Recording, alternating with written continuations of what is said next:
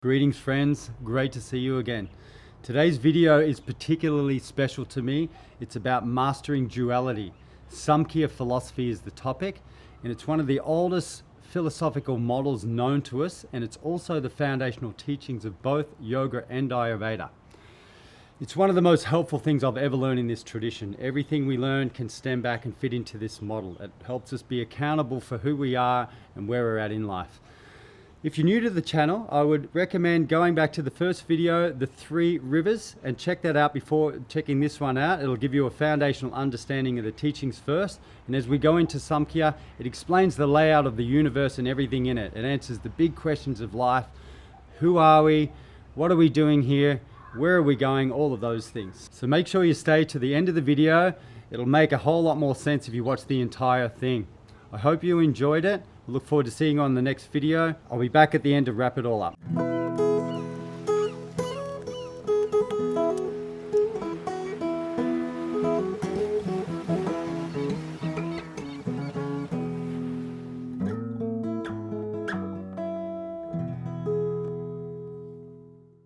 We're going to look at it today, Samkhya philosophy, the foundational philosophical model of both classical yoga and Ayurveda. And many other schools of thought. Many other schools of thought have also stemmed from this particular model. It's one of the oldest Indian philosophical models that we know of, that we have. And a lot of other schools have branched off it. Buddhism used Samkhya quite strongly. There's other schools that have maybe altered or changed the teachings to some degree, but use the base teachings of this model. And one of the reasons being is it's such a universal model. It doesn't require you to believe in my God or the God of this model. There's a God and you must be a Shiva worshipper, or you must be a Kali worshipper, or a Saraswati worshipper, whatever the God figure may be. It's basically just cosmology. It's mapping out evolution of soul being in its potential state manifest into a physical reality. That's what this model attempts to map out, is soul manifesting through desire into this physical universe that we have. And everything in between, all the stages and what each stage is comprised of, and what each stage is, how that's part of our system and makeup. That's what this model does, Samkhya. The word itself means enumeration, that to do with figures and numbers and equations and formulas. Sometimes it's spelt with a S-A-M, sometimes it's spelt with an S-A-N, Samkhya. I haven't looked into depth enough to know if one's right or wrong. It's used synonymously. A lot of Sanskrit words are a little bit like that. I'm going with M for this round, Samkhya. The seer of Samkhya was the sage Kapila, and it is in the manual. Again, there's not a lot of writings around it, and I don't study the history in great depth. There's all sorts of stories and mythologies and metaphorical kind of things about a lot of these great sages. Kapila was actually named in our tradition of Srividya, which is one of the unbroken chains of Vedic knowledge or lineages on the planet left. There's very few. This is one of the unbroken chains. There's a list of 71 great sages in this. There's not only 71 sages, there's just a list of 71 great sages in this tradition. The first sage listed out of those 71 is Lord Kapila, the seer of Samkhya philosophy, this model. It's not saying he was the first sage in it, he was the first sage listed in it. Okay, so it's interesting because Srividya is a tantric tradition, it's a tantric lineage. However, this is a dualistic model. This is a dualistic school of thought, and essentially Tantra is a non-dualistic school, essentially. However, they embrace both dualism and non-dualism, but embracing dualism helps us be accountable for our life in this reality. And then they say the ultimate goal is non-dualism. But the way we look at it, and the way I look at it, and the way this tradition looks at it a lot of the time, is hey, let's master duality. We're in this reality, whether we think it's real or we think it's a delusion or an illusion, which some schools do. This is all an illusion of the mind. You know, I don't find that helpful. I don't know if that many people do, to be very honest, especially in the earlier stages of practice, to just say that this is all an illusion and everything is just one. It doesn't matter what we do. Everything is perfect. That's great until you go and do the thing that makes you suffer more. And then you come back around to, oh, is that system of thought actually working for me? So it's not one to embrace too early, this non-dualistic model. The idea of teaching the way I do and teaching the way this tradition does a lot of the time is to let's master our mind, you know, or at least get some kind of control over our existence in this dualistic reality. And when we become balanced and non-attached, we become masters of duality but non-attached to it. That's when we start having these experiences of non-duality. Because we can't really write about non-dualistic experiences. Does that make sense? Non-dualism. Do we all know what the difference in non-dualism and dualism? I'll explain it really briefly, but dualistic thought says that we are comprised of two things. We are spirit, we are soul, combined with matter. And together that makes this existence. That's what Samkhya is saying. Strongly dualistic. We are comprised of this thing that is our soul or our Purusha. It joined up with this other force that is the force of manifestation and gave birth to this whole existence. So everything is made up of it, comprised of those two things together. Whereas the non-dual schools say, well, that is actually not true because there is only one reality and it's unchanging and it's all perfect and it's Brahman. Everything other than that, including all of this universe and what we see, is a manifestation of mind. It's not real. It's just made up. So we're all just in this pool of consciousness, but there's a mind aspect that is seeing and experiencing this reality of our senses and physicality and all that. You can already see how that could be a bit of a trip up, you know, this non-dual thing, you know, and it was something I was going to post out. I always think of cheeky posts I want to make. Sometimes I make them and other times I don't. A lot of the time I don't. But I was just going to say there shouldn't be, and I'm going to use the word shouldn't again just because there's a bit of humor to that for me, but there shouldn't be any books on dualism, and just leave it at that. Because if you're writing about dualism, there shouldn't be any books about non-dualism. Even when I write it, I'm writing it with a pen on a whiteboard. That's very dualistic to me. There's a word in front of me. I'm saying non-dualism. It's requiring two things banging together in my vocal cords to even say non-dual. Does that make sense? So it's just like, it seems like an oxymoron to have a book on non-dualism. I'm sort of joking a little bit because there's some beautiful philosophy out of it. But if we're 100% non-dual, why would I sit here and teach it? There's no point. Why even study yoga? It's a waste of time because everything is perfect as it is anyway. You might as well go do the pleasurable things. But things are neither pleasurable nor painful because there's no dualistic reality. You can see why Patanjali chose dualism, right? And you can see why I emphasize it a whole lot more than non-dual. I like to take people into the states where they can experience non-dualism and have the experience of it rather than talk about it too much. But the way in which we get there is to balance out our dualistic nature, because when it's balanced is when we can start entering that non-dual portal that we have to get through in order to have those experiences. Okay?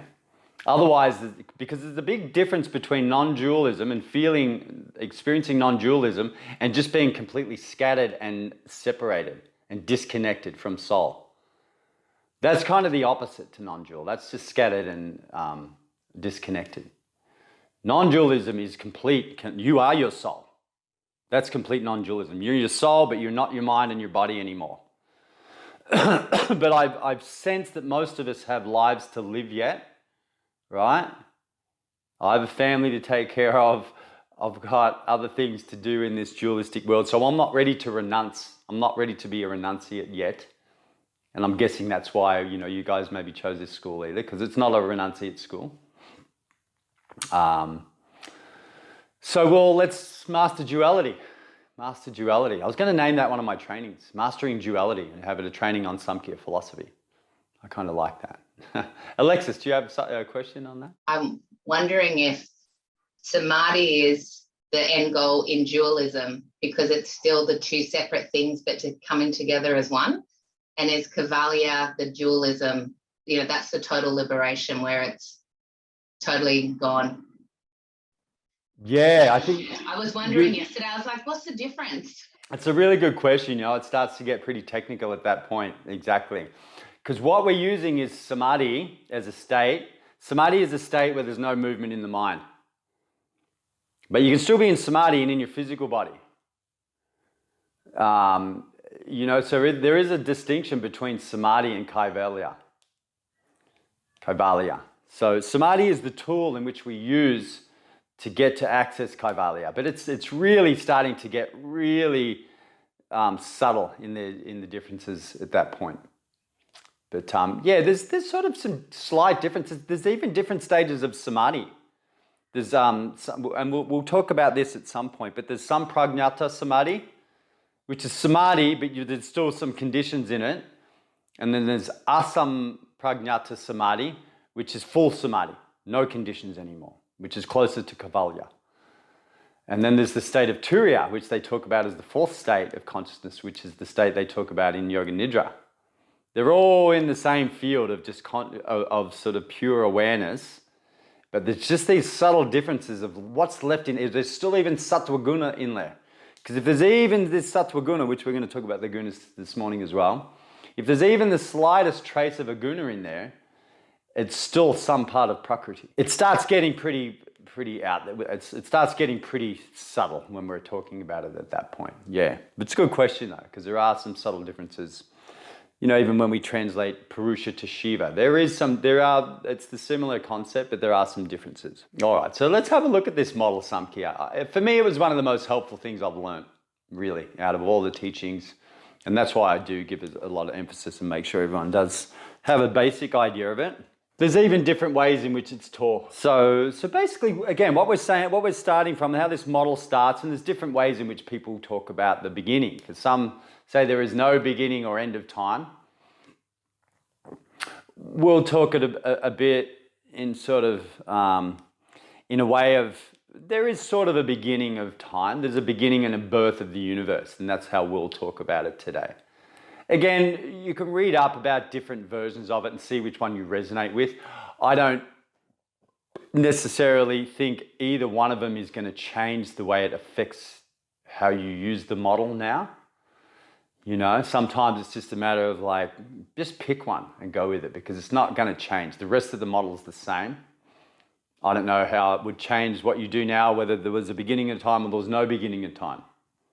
We're all here in a body dealing with the same things. So to me, it's those irrelevant things I don't spend a lot of time wanting to sort of have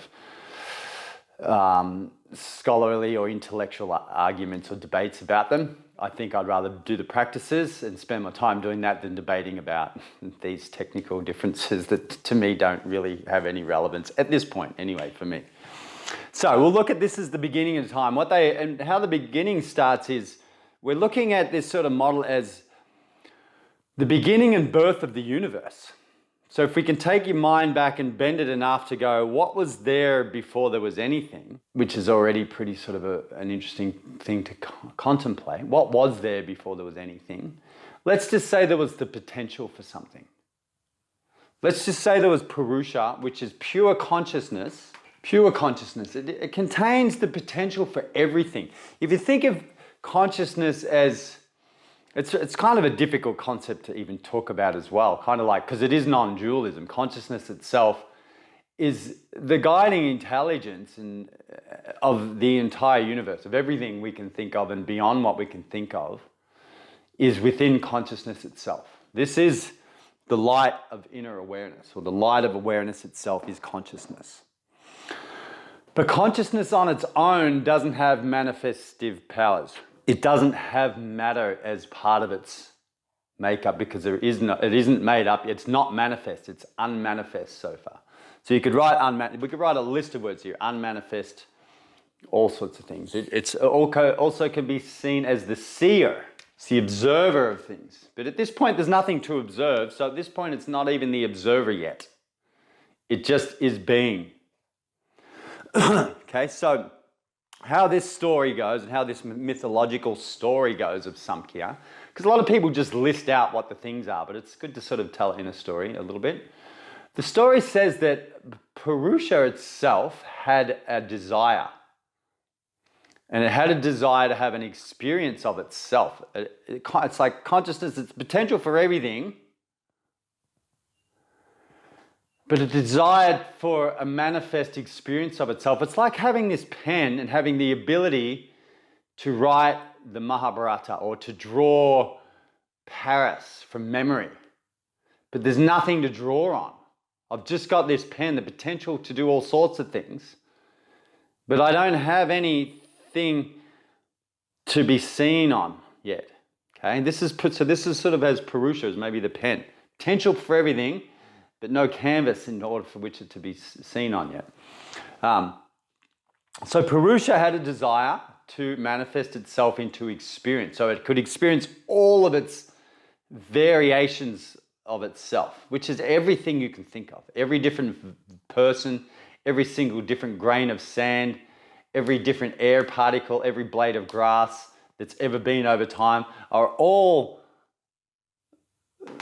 different manifestations of consciousness. Everything, a rock, plant, everything in this universe. That trips me out when I go to that and think, wow, how many variations of things? Because every second thing's different. It's not like just every year, every minute, something's born and dies. I mean, every second the conditions change. These are all different manifestations of consciousness. But in this state, nothing's happened yet. It hasn't manifested yet. So it had a desire to manifest itself. And what it understood is it needed an opposing force of manifestation and power, manifestation or matter, potential to create creation into form, without sort of getting too male-female about this, because sometimes we talk about this as there's no male-female, but because this is a holistic model, we could say that Purusha is the cosmic father, Prakriti is the scene, the cosmic mother. To me, it's just helpful to start getting these polaric ideas down. It's not man, woman, because we all have both of these things, but it's the cosmic masculine, cosmic feminine as far as energetics are concerned. We're not talking about man and woman here because it's a very different concept. Similar, but it's very different at this stage of the process. Okay, so they decided to link together. This was another force that was unmanifest, and as different teachings say that actually Purusha created this force through its own desire in order for it to see itself. But again, different teachings say different things. Let's just say there was these two forces that had potentials for different things, but on their own they couldn't manifest them. It's like the whiteboard on its own has the potential to be this beautiful painting or picture or writing, and the pen has the power or the potential to write it, but without each other nothing's going to happen. There's just a whiteboard and a pen there. Okay, so these two forces came together, two sort of opposing forces, if you like. You could sense them as opposing polaric opposites as far as energetics go, came together and created a vibration, as polaric forces do when they come together. When you get two sort of substances, I didn't do science a lot at school because I sort of, it was a long time ago, but I know when you mix sort of different substances together, you get quite big reactions a lot of the time. Okay, opposing forces. So there was a vibration that came out of this union, and it was the sound of Om. It was the sound of these two forces now vibrating off one another. Because on their own, they're in their perfect equilibrium. Prakriti contains the three gunas. But without Purusha involved, they're in their perfect state. So they haven't manifested yet. But now that we have these two opposing forces together, now we have the potential for all sorts of things of duality. So this sound, this humming sound of Om, started to vibrate out of this sort of reaction of these two forces together and started expanding outward. It's like you drop, say this is a pebble dropping into like a pristine lake surface. It goes drop, and there's little ripples that start to get bigger as they get further out. Okay, they get further apart and they get bigger. The waves get bigger as it goes further out. Has anyone done that? Throw it in. Little ripples turn into bigger waves. It's the same with swell. You know, this is surfer type of theory here too.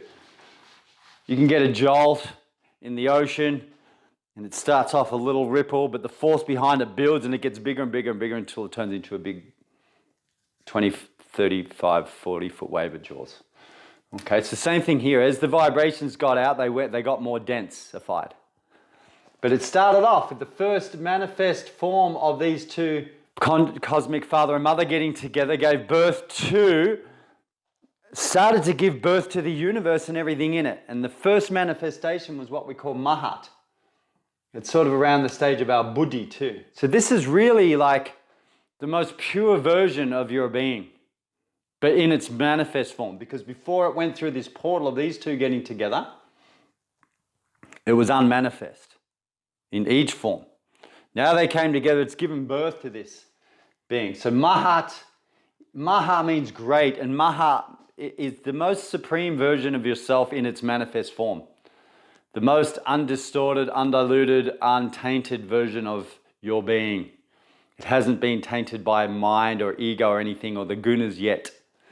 So that's sort of the pure version of you. But then as it starts to manifest out, this pure version starts to feel a sense of separateness from its cosmic parents.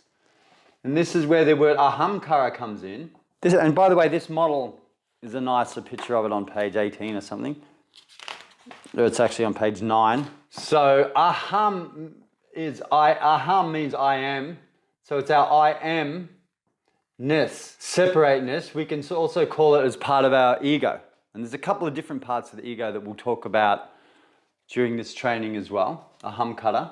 So now the being's starting to feel separate, a sense of separateness from itself. So it's taking on its own individual form. It is still a child of these divine cosmic parents, but now it's having its own personality through the mixture of both of these and its own form of consciousness. So it has its own Purusha in it, but it's starting to have its own unique expression of Purusha, of consciousness, coming through itself. So its body will form and its mind will form and its experiences will all form differently, okay? So that's the sense of separateness is ahamkara. And out of this comes now the gunas, which were dormant in Prakriti. Now they start to manifest here. We'll talk about them a little bit more, but these are the gunas are basically the measurement of polarities. When we have polarities, we have two main things, the two polarities. We have hot or cold, or male or female, or heavy or light, whatever the polarities are.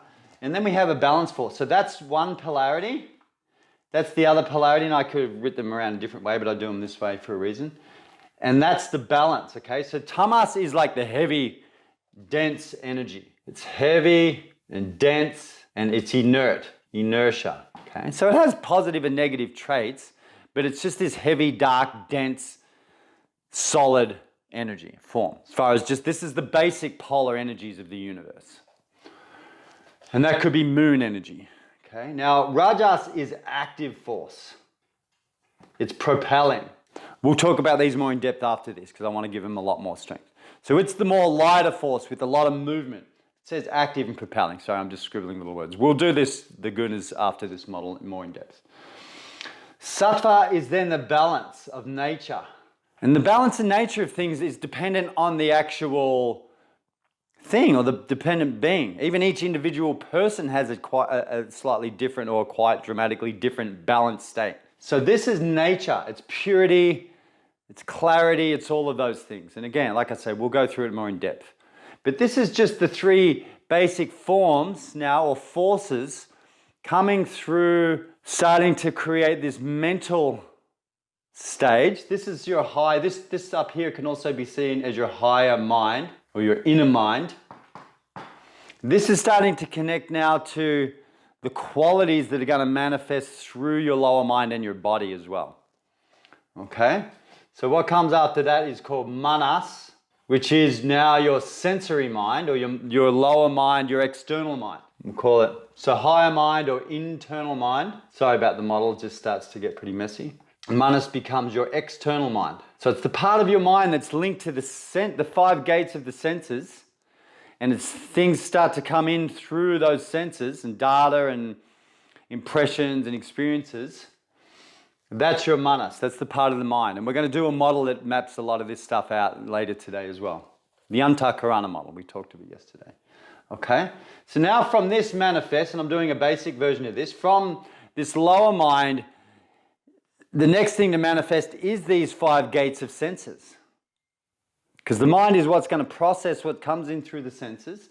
Now it needs to manifest another layer of senses for things to come in through them. Okay, they're the 5, from the most subtle of the senses to the most gross sense. Okay, so we're almost now at the manifest, physical manifest form.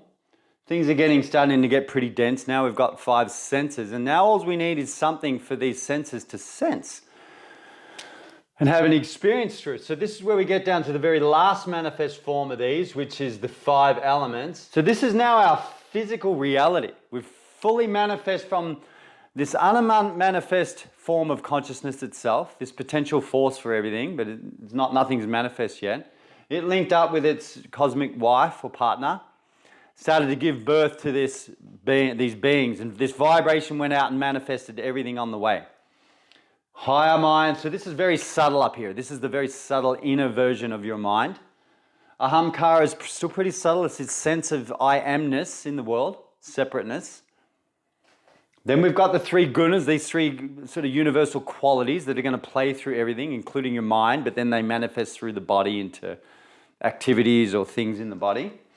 And then we have a lower external mind. So we have an internal mind that's connected more so to your soul, and you have an outer mind that's connected more to the physical reality. And then we have these 5 elements, which is the universe and everything in it. And this school of thought says that everything, and a lot of Eastern schools say that everything is made of the 5 elements. Everything contains the 5 elements combined with consciousness. So we're all made of earth, water, fire, air, and ether. Every physical body has all of those elements in it, as does everything in the universe. This has all 5 elements in it too, at varying portions and with different consciousness shaping it, so that everything has got its unique expression. And now we have this big playground for this being to go and experience itself through. So we go back to the initial thing that was the driving force of this whole creation was desire. Purusha desired to have an experience of itself in all of its different facets. So now it's created these being and a universe for it to go and have an experience of itself. So each human, each animal, each plant, each thing is having an experience of some kind. They say that humans have the highest capacity to be able to observe themselves, experience what's going on outside, experience what's going on inside, and have all of these different sort of in-between experiences of itself and the internal and external world. One of the few beings that can contemplate itself, calculate things, evolve within itself. Whereas animals and things like that, which we could say there's lots of arguments about this, but generally animals are they're in their nature. Unless they're around humans and humans are training them to do things. In nature, they're just sort of doing their natural thing. They're not building. Over thousands of years, sharks still don't have shops or computers. Monkeys have not made buildings yet. They've got a different set of intelligence in them. They have the lower 3 chakras basically, so it's just this cycle of nature. Whereas humans had these extra 4 or 5 chakras, which allow them to evolve to different states. What we do with that is up to us and up to sort of how we evolve. But we have the capacity to do so much. If you just look what's happened in the last 100 years, how's the capacity of the human mind? 100 years ago, we weren't really driving cars that much. Now I'm like talking to a box to you people in all your homes around there, with pictures going through the air, and it's pretty insane, you know? And other things that have, you know, technology is pretty insane. No other creature's done that. So we have this unique ability for both destruction and evolution. And this is where it boils down to, what are we going to choose to do with our faculties? We can just stay in our lower faculties and just keep surviving. That's okay. There's nothing wrong with that. Or we can tap into our higher faculties and evolve spiritually and as humans, and be more in line with nature, the natural forces of the universe. It's probably a loaded question, but does everyone have an individual soul, or is the soul just one, like, consciousness? It is a really great question, because there is special Purushas, you know? Yeah. Purusha can be also classified as Atman. What the non-dual, this is how we can link this dualistic model to a non-dual model very, very simply, and I'll do the most simple version of it here. What we can say is everything was born out of one reality, which is they call it Brahman. It's non-masculine, it's non-dualistic, it's not a cosmic mother or father, it's the creator of everything. And they can say that Brahman created Purusha and Prakriti.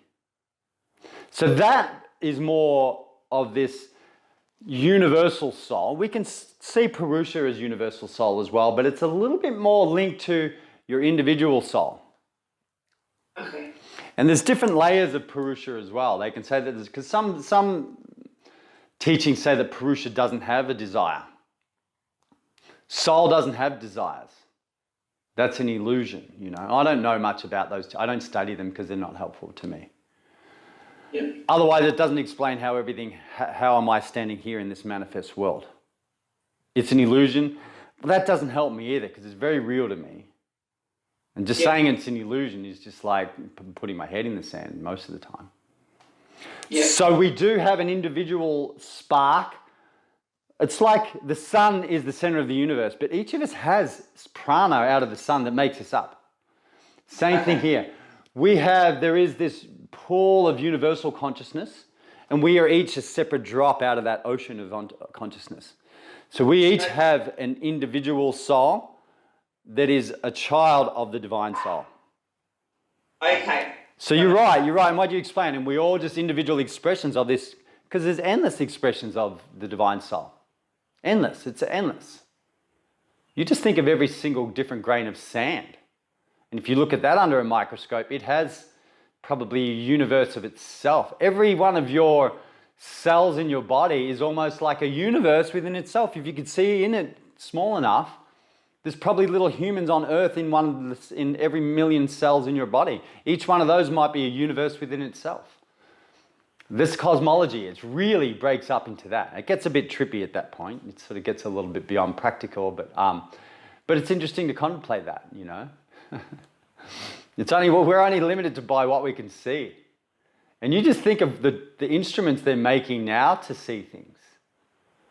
And what's really interesting is what these great sages saw thousands of years ago.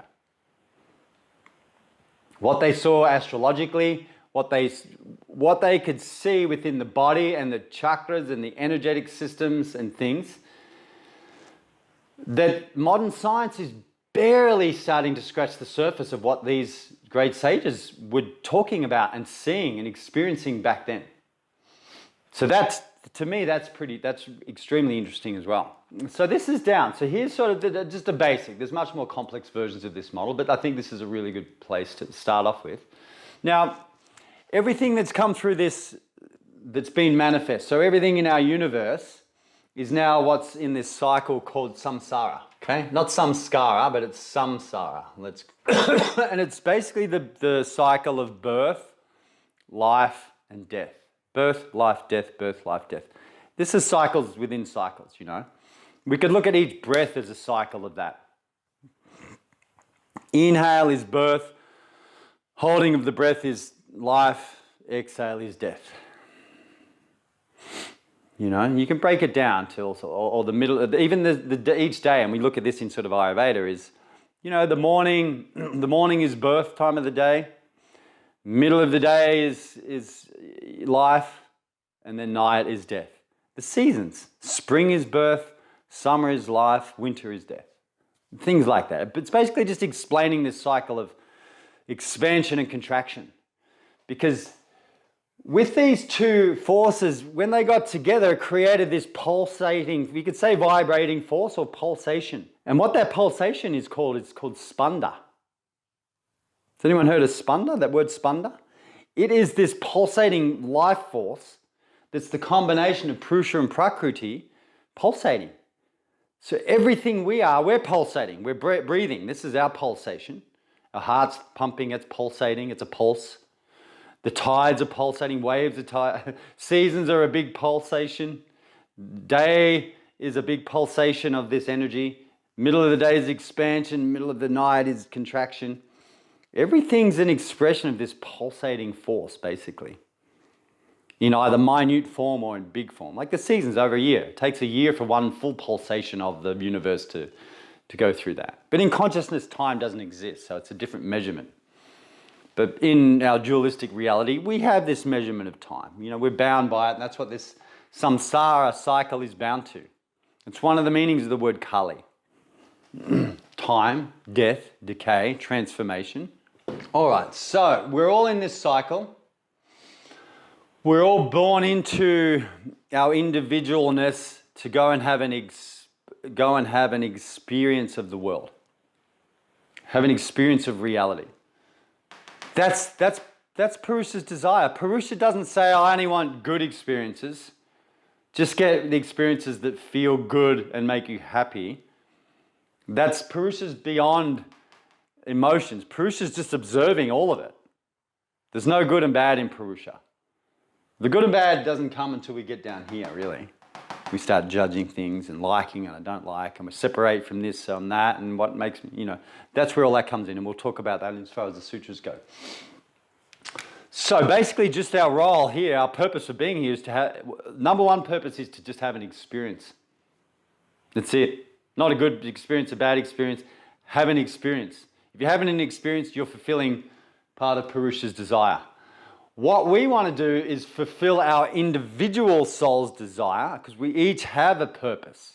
This is when the soul, the Purusharthas come in. The soul's desires. The four of the soul's desires. The desire to have a purpose. The desire to have the means to fulfill your purpose. The desire for pleasure. And then the desire for freedom. That's the Purusharthas. So they're innate, and we're going to talk about the difference between your innate desires and your innate content of mind. They came in with you. That's already pre-programmed with your individual soul that came in your body. We come pre-programmed with these desires that are going to propel us to have an experience.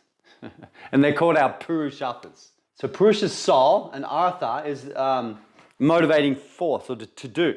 We have this motivating force which is going to propel us to act in the world. So Purusha gets to have an experience and see itself through you. We might go through them at some point. I just end up doing them in too many trainings, these same things. So we'll see how we go.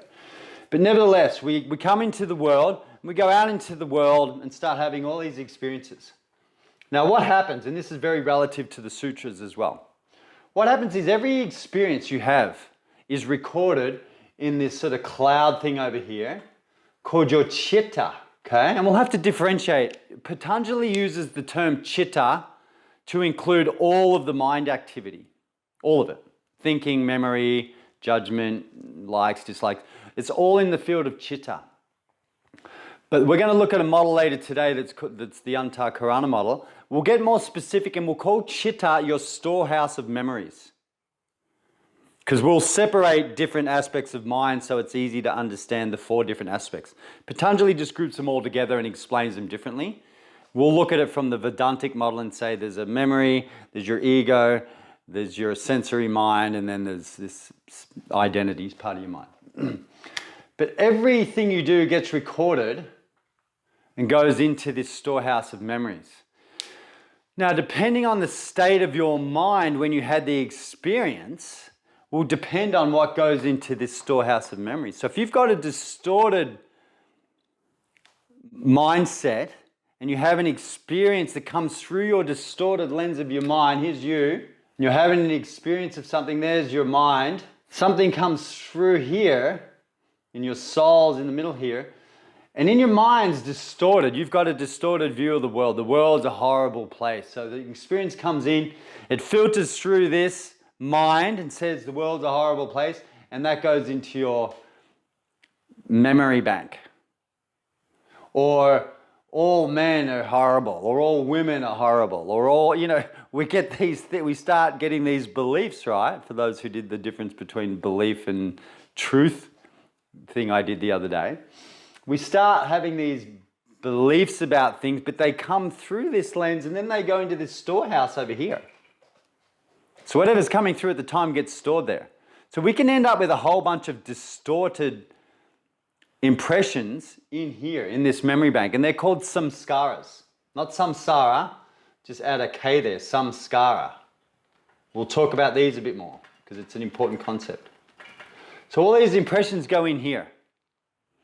Now what happens as we go through life, one of the processes of our mind, especially if we don't know how to control it, if we just go into autopilot, we come up against an experience and the mind goes back into the memory bank looking for a previous experience that was possibly similar so it can inform us how to act and move forward.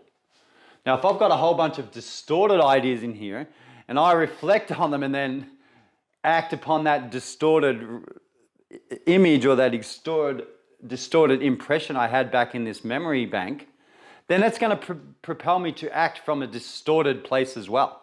So as we go through life, we get up more distorted things. Not all, but some things will be distorted. That's why we're suffering, because we've got some distorted shit in here, without a doubt. It's just a wrong view or a perspective or a judgment or something like that. We'll talk more about that as well. This is so relevant because Patanjali just, talks about all these things in such in depth. And so what these things do then is become distortions or refractions in the mind, all these things in here that are clouding our view of reality. We're seeing the world, okay, there's Oz again, a bit of a different view of it today. We're seeing the world through this lens. Like if you put sunnies, who can stand wearing sunglasses that have got on them or having a dirty windshield? It's like looking at life through a dirty windshield. We don't even know it's dirty a lot of the time. We're just looking through it. And you don't know it's dirty. I do this sometimes with my wife in the car, the window's dirty, and driving along, and I just flip over and turn the wipers on and clean the windshield. It's like, whoa, no, even know it was that dirty. It's kind of like that. We can go through life and not even realize that there's all these distortions in our mind.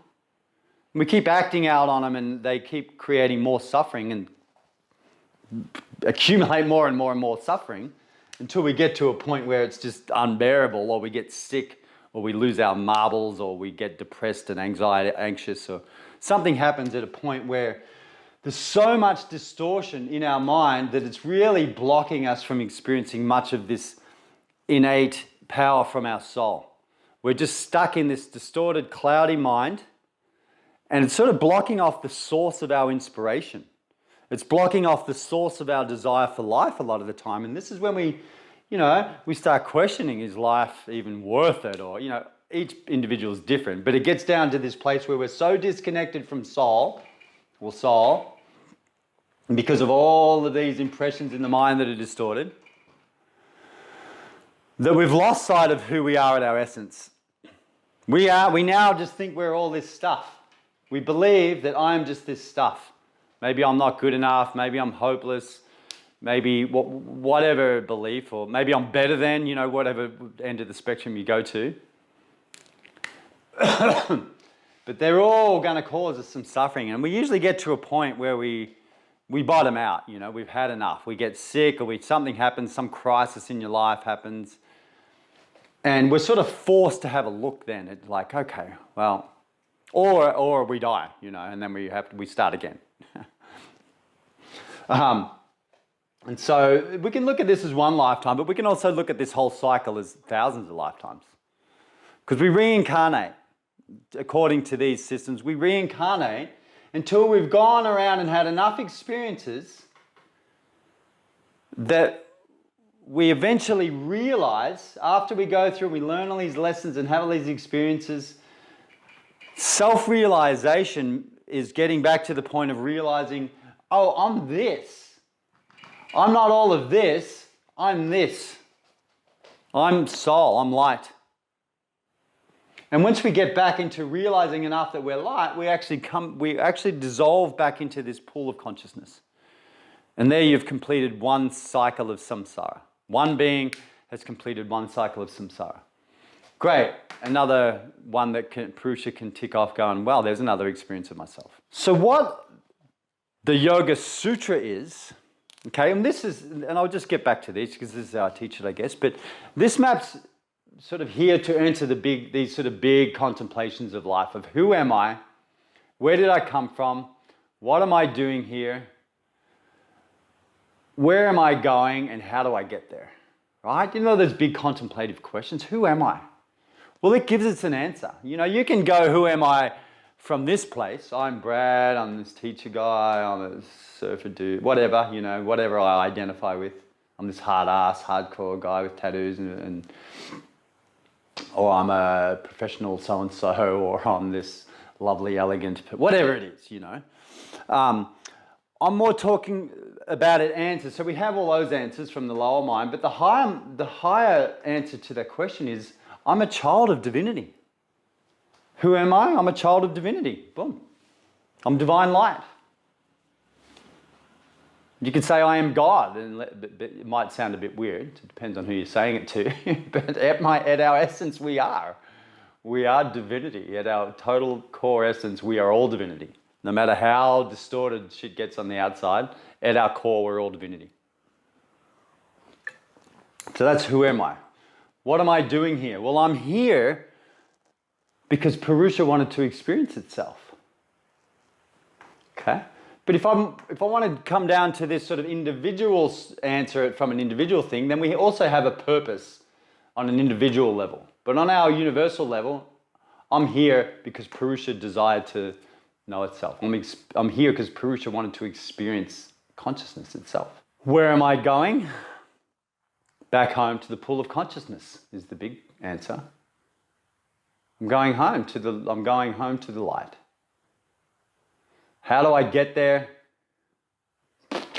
Well, that's what this map's about. That's answering that last question is that Patanjali has written 196 sutras on how to get there.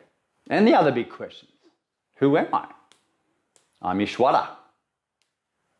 I'm omnipotent, omnipresent. You know, so what Patanjali's done with this, how do I get there? Patanjali's given us this map of how to go from our grossest experience of life and our most outer reality of our sensory mind and our judgments and likes and dislikes and our addictions and aversions and all of this stuff into realizing our core being as this spiritual light or this cosmic light. This is also what Ayurveda and Tantra are there to do. All three, let's look at them all as a system. They all help. Ayurveda can, you know, and just in terms of these 3 rivers lecture, which I didn't do this training, Ayurveda really helps prepare and purify this 5 elements out here, your physical body. It prepares the instrument.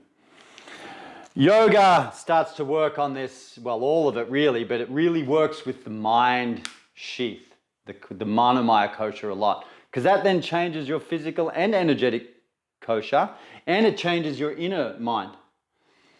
Okay, and then Tantra really works on giving you the power to move through all of them and the management of energy to go through all of them. So combine these 3 systems are the map, the guiding force, the practices, the methodologies to get you back to where we're going.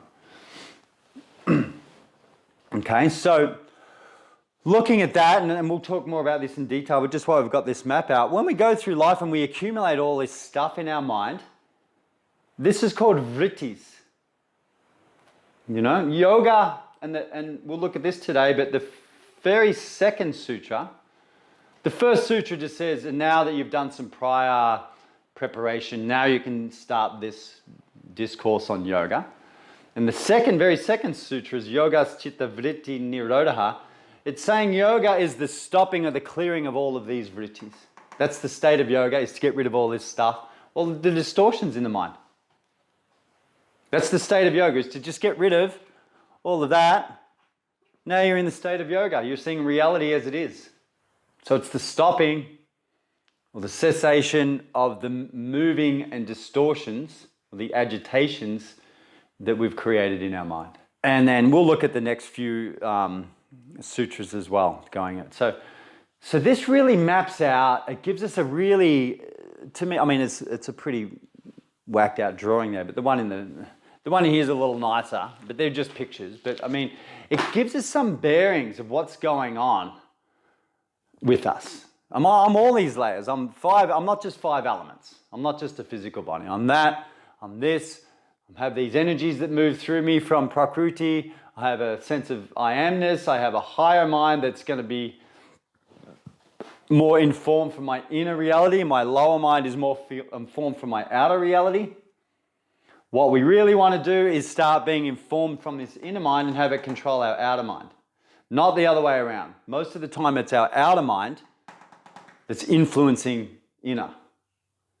Okay, so what we want to do is stabilize and purify our outer mind and understand it, quieten it down so we can be informed from our inner intelligence. That's what it is. Avi, do you have something? Question there? Yeah, it's a little bit personal question, but I don't know if you don't mind me asking, because it's a really interesting knowledge, this Purusha and Prakriti. But how do you like introduce or apply it? Because I know you have a young child.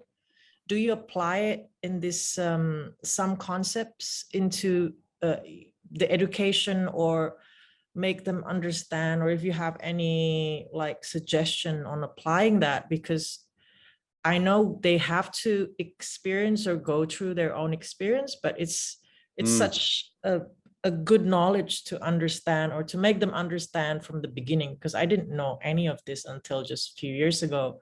Yeah. And I wish I would know it earlier, so I don't have to go through all the mess. It's all right. That's karma. You know, we each have an individual karma which takes us on a journey. Here's the best piece of advice I can give anyone about any of all of this, of how to show other people. Embody this yourself. Embody this knowledge and wisdom yourself, and you'll never have to teach it. Just be, but if you do, you do. That's great. But if you can be a living embodiment of the knowledge and the wisdom you learn out of this, you're going to be infusing the wisdom indirectly, or well, directly, but not like sitting down giving them your children a lesson. If I can embody my understanding of this and my understanding of there's imprints now, like the first 6 years of her life, she's building all her programs of how she's going to move through life. She can change them. I'm having to change a lot of the pretty average ones I got when I was a kid. I got some good ones too, so I kept them, and I figured out the ones that were causing me harm later in life through a lot of therapy and self-observation and all of this stuff. And I had to go in and go, those ones were causing me harm. I need to change those ones. I haven't perfected them yet, but I feel like I've improved a heck of a lot from my upbringing. And then just being a living embodiment of that for my daughter, man, I can already see in her the way she's scoping life out. And I don't sit down and teach her anything.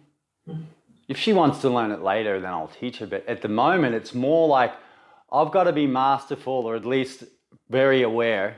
Mastery is another whole thing, but I've got to be. I want to be really aware of what programs I'm helping her set up, because she's creating her own programs about when she tries to control things, or you know, she's pretty good. She's like a special being. Like, and I'm sure we all think that about our children. But just watching her light, and what I feel like is good for her is to give her as much space as I can to be herself, whilst at the same time infusing some of the lessons that can help her.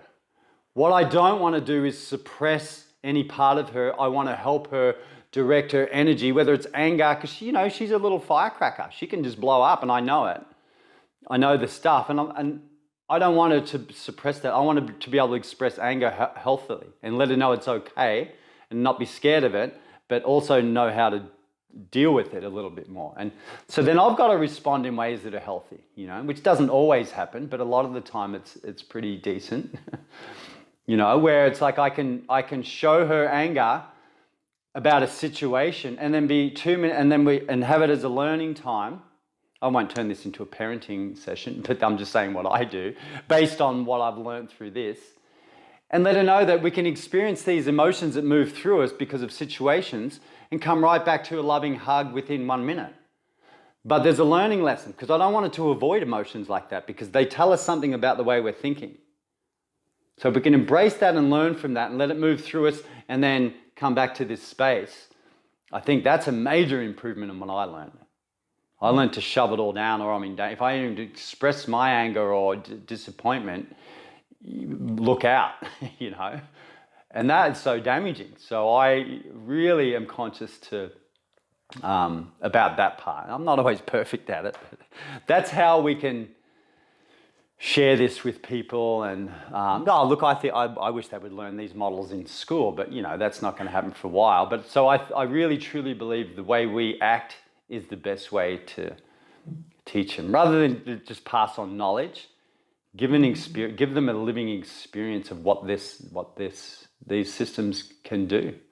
Have a healthy body. Look, I'm not hungover and an aggro person all day, you know, just things like that are pretty straightforward, but a lot of families are, you know, and I'm not judging them, but just imagine waking up sort of half hungover and your liver's thrashed every day. You're least patient with your child. You've got your own dramas and busy stuff going on, and you know that sends out a vibration and a ripple. That sort of thing. That's just one example. There's many examples, but just for example, you know. So yeah, it's really that's the best thing I can say is embody it yourself, embody the lessons from it, and share them. Just share that. That's like major contribution to the planet right there. Without having to teach anyone or groups of people, just live it and express it, and that's huge. And then if you want to teach it at some point, that's awesome as well. Yeah. Thank you, Brett. Welcome. So I think that's about it. I mean, there's a lot. I could go off on it for ages, but we'll come back to it. Just sort of keep this model in your mind. It's in there. Keep sort of this idea in your mind because all of the sutras is pointing at different parts of this. Another word we look at is in relation to this big memory chamber is Patanjali calls it a karmashaya. It's the storehouse of all of your experiences, all of your actions. That's your karmashaya, the accumulation of all of them. And they come through lifetime to lifetime. And you know, the ones from last lifetimes we don't access them very easily. They're deep down in your unconscious mind. And one of the ideas of going deep, getting still is you can start to access them. But you can't access them in a regular distracted state of mind. It's like going deep diving. If anyone knows about deep diving, man, you want to be clear. You can't be distracted and going down doing skin diving with no air, diving down 200-300 feet, a long way down if you're distracted. If you're distracted and you're underwater that deep and you have nothing there to save you, you know, you're in trouble. It's a similar concept here. The deeper we want to dive, the better condition we've got to be in our body, the better condition we've got to have our mind in and be clear, calm, steady mind. Then we can start seeing these sneaky unconscious things that are sort of buried down deep in our psyche. Otherwise, we just keep sort of churning on the surface and kicking up all the mud at the bottom of the lake, and we just live in that muddy water. And that's what Patanjali's talking about. We want to still that. Let's get some stillness, internal stillness. Let the mud settle so you can see what's there, what's at the bottom of the lake, and start getting the things out of there. Yoga, start dissolving or get rid of the things that are in there that aren't serving us. Leave the things in there that are good. Maybe there's some nice sort of plants growing in the bottom of the ocean or something. So leave the patterns in there that are working, that are healthy and that are positive and good. Let's get rid of and change the other ones. Okay, so that's Samkhya. Is there any more comments or questions on that model? Is anyone seeing it differently as they learn it a couple of different times? I definitely am, Brad. I'm like, every time we do this, like, because I've done it a couple of times with you, I learn something more. Yeah. So just a question though, with the karma, is it Shiva? Shire, Karma Shire. Karma Shire. Is that like karmas over all your lifetimes or karmas for this lifetime? All of them. Okay. All of them. Each being that's come through the portal, each individual being that's come through, manifests through there, accumulates them over all of their lifetime. So they come with you when you come into another birthing through another set of parents or whatever. They're in there. The previous experience is in there, and they start shaping you. They'll eventually start shaping you. And then it's up to us to be aware of the things and start going, huh. And, you can have experiences. You can have, I don't know if anyone, I'm sure people here have had them, but you have experiences where you sort of go into this space of like familiarity. It's not like deja vu, but there's some other things where it's somehow you've accessed something from previous life. It's like child prodigies that come through and can play the piano at 5, like Tchaikovsky. That's not learned. That's not cognitive skills. That's something infused in their being already. Or the great sages that have recited these texts by the time they're 9, and they're traveling around India teaching all the leaders of the country at 9 years old. It's happened over time. This is beings that have accessed their karma shires and pulled out the wisdom out of it and cleared out the other things. And that's my girlfriend sent me a picture the other day of her son, and he was doing all these yoga poses. He's 3, and he turned around and told her that his body told him to do it. Totally. Yeah, all that sort of stuff, it's innate. That's some of the innate wisdom. We'll talk about that stuff too. Yeah, I was doing Nauli Kriya at like 3 or 4 years old as well. Various things, there was still lots of things that went sideways, but there was some sparks of wisdom that came through and some sort of interesting perspectives that I know were there as a kid. Just the conditioning of the outer world took them over. And this is what happens to a lot of us and a lot of children is the conditioning of the outer world and the parents and the teachers and the social media. Now we're getting bombarded with so much external shit. It's not just what's in your community or in your house anymore. It's what's going on in the whole world, shoved in your throat every day if you're not careful. If you're just subjecting yourself to all of this stuff, it's just getting shoved in your face. So that starts shaping us. Good God. God help us if that's what's shaping our life, what's on social media right now. I turn on the generic news a little bit these days just to see what's being plugged through that. It's phenomenal. It's mind-boggling. It's mind-boggling. I just turn it on and go, wow. When you see it every day, this is the programming. You get programmed and you just accept it. When you put it away, I've watched for years. So TV has just been off for years in my life. I watch it now and it's like, oh my God. Do people actually watch and think that's the actuality? I mean, some of it is the basic stuff, but a lot of the rest of it's like that. It's boggling. It's mind-boggling. So if we're letting that shape our lives, good luck. Or any other source. There's lots of sources, it's not just TV. There's lots of sort of charismatic people blasting their stuff out there too that are shaping people. People are letting it, they're surrendering because they don't know, they're lost themselves. So they'll just like, well, he looks powerful or she looks powerful and elegant and lovely. I'll just surrender to what they're saying. That can go either way. That can go either way. It might be helpful. Might be wonderful. It might just be leading you into a big rabbit hole too. So discernment and things like that are really important. And that's why, yes, it's very important to have guiding forces and teachers and everything. And this is, I go back to my experience. I'm pretty open about my experience. There's nothing to hide. There's nothing bad. But if it wasn't for years of me doing my own practice, I'd be feeling quite different about life right now with what's happened in the last few months, the last couple of years, basically. But I always held on to my practice is mine. I don't need my teacher to tell me to do it. I mean, he showed me and gave me practices and I did them, but it wasn't because of him. It was because of what I did with them. And I had to go in and even assimilate some of the things that my teacher would say and go, I align with most of it, some of it I don't. And that's okay. That's differentiation. We've got to learn that as well, because they're just humans as well. But it always came back to, what's my practice telling me? Because people can go through their own stuff and it can start coming out in their teachings and their stuff a bit, which it does. That's when I need to revert back to teachings even more so. Teachings of my own inner light. I know that it's tricky initially. It's tricky initially when we haven't got, I'm saying this from the place of years and years of deep practice and study. So it's different for each individual, but that's just what I'll say about the bigger picture of it is we can't rely on someone else to do our practice for us. We can't just expect to sit in front of someone and our life will change. We still have to take ownership of it. Doesn't matter how many trainings I pay for and sit there. If I don't do what's suggested in them, it's going to be pretty worthless. And that's why Patanjali chose this model as well. He's like, this is showing you it.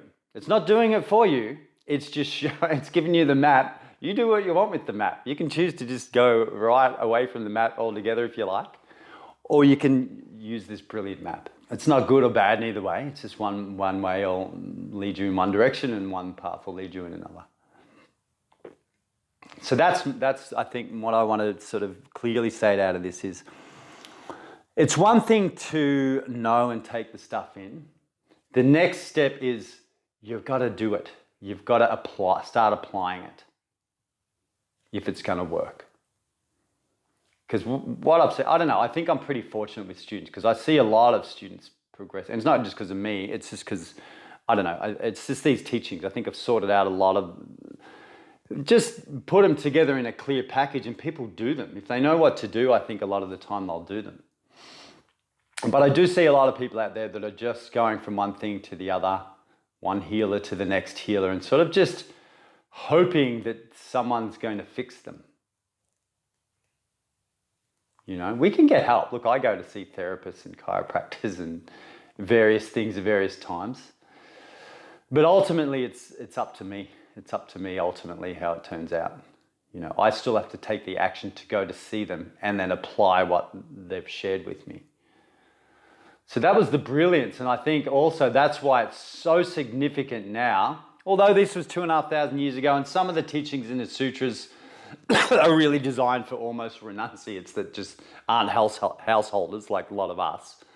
There's still an incredible amount of relevance in it.